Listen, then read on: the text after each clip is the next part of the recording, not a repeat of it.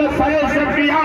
ان کی شخصیت اتنی عظیم ہو گئی کہ حضرت علامہ پیر کم شاہ اظہری جن کی بہت مشہور کتاب تفسیر ضیاء القرآن ہے، یہ ہمارے اساتذہ کرام، یہ ہمارے علماء مدارس شرعیہ کے طلباء، ان سے پوچھئے تو آپ بتائیں گے اردو زبان کے اندر تفسیر ضیاء القرآن ایک اہم تفسیر مانی جاتی ہے۔ تفسیر ضیاء القرآن کے مصنف ہیں حضرت علامہ پیر کم شاہ اظہری، جنہوں نے جامعہ ازہر میں پڑھا تھا۔ جامعہ ازہر اس زمانے میں بھی بڑا مدرسہ تھا، آج بھی بڑا مدرسہ ہے، آج بھی بڑا ادارہ ہے۔ حضرت پیر کم شاہ اظہری نے جب پڑھ لیا، پڑھنے کے بعد ان کے والد گرامی نے کہا تھا بیٹا ہماری خواہش مراد آباد چلے جاؤ اور صدر فاضل علامہ سید الدین مراد آبادی کی درسگاہ میں کو جا کر کے پڑھ لو۔ تو پیر کم شاہ اظہری اپنے والد سے کہا تھا کہ جو دنیا کا بڑا ادارہ ہے، جامعہ ازہر میں میں نے تعلیم حاصل کی ہے، اب وہاں پڑھنے کے بعد ہم کو بھارت میں جا کر کے،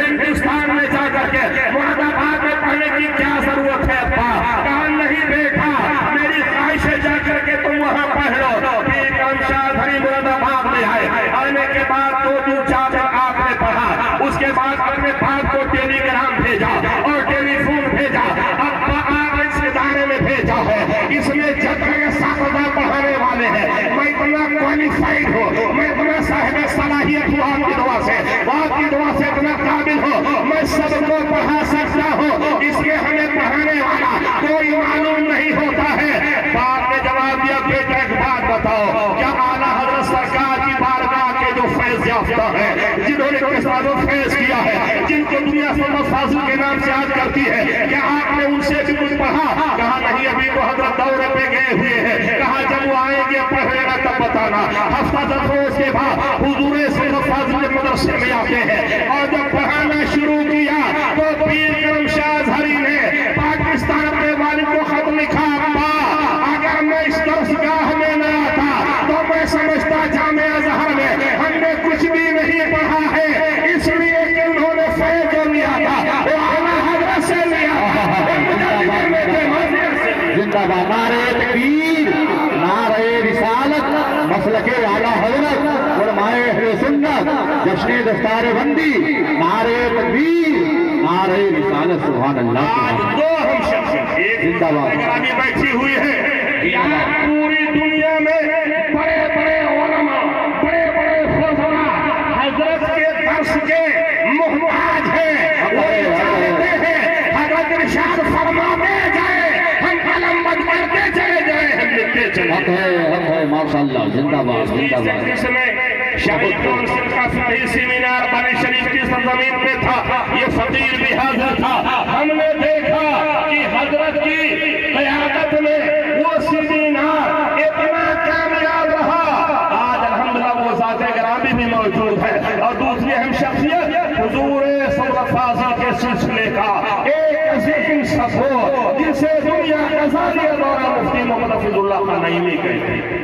اور میرا یہ چیلنج ہے، اگر آپ بیٹھے رہیں گے حضرت کی تقریر سنیں گے، مفتی محمد حفیظ اللہ خان نعیمی صاحب کی حضرت کی قیمتی باتیں سنیں گے تو آپ کہیں گے کہ ہاں میں نے صحیح کہا۔ تو 2 ایسی شخصیتیں ہیں کہ ہماری دعا ہے اللہ عز و جل ہمارے استاذ گرامی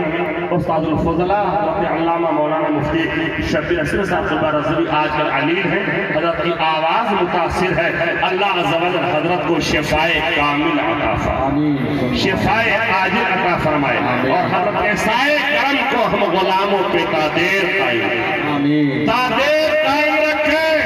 وہ حضرت کی ذات گرامی یہاں تشریف فرما ہے، تو حضرات عرض یہ کر رہا تھا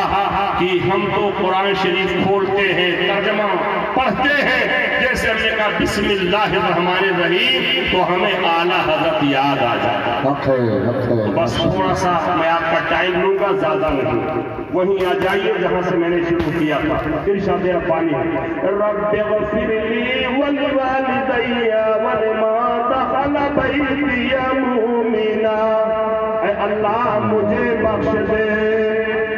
آمین، میری والدہ کو بخش دے، میرے والد کو بخش دے، جو میرے گھر میں مسلمان بستے ہیں ان کو بخش دے، دنیا کے سارے مسلمان مرد مردوں کو بخش دے، ساری مسلمہ عورتوں کو بخش دے۔ یہ حضرت نوح علیہ السلام نے جو دعا کی تھی وہ دعا قرآن شریف میں بیان کیا ہے، اسے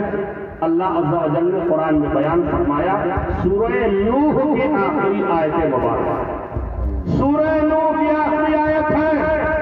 حضرت نوح علیہ السلام نے رب کی بارگاہ میں دعا کیا تھا، ہمیں بتایا گیا اے میرے بندو دعائیں کرو تو ایسے دو۔ آج کی رات دعا کی رات،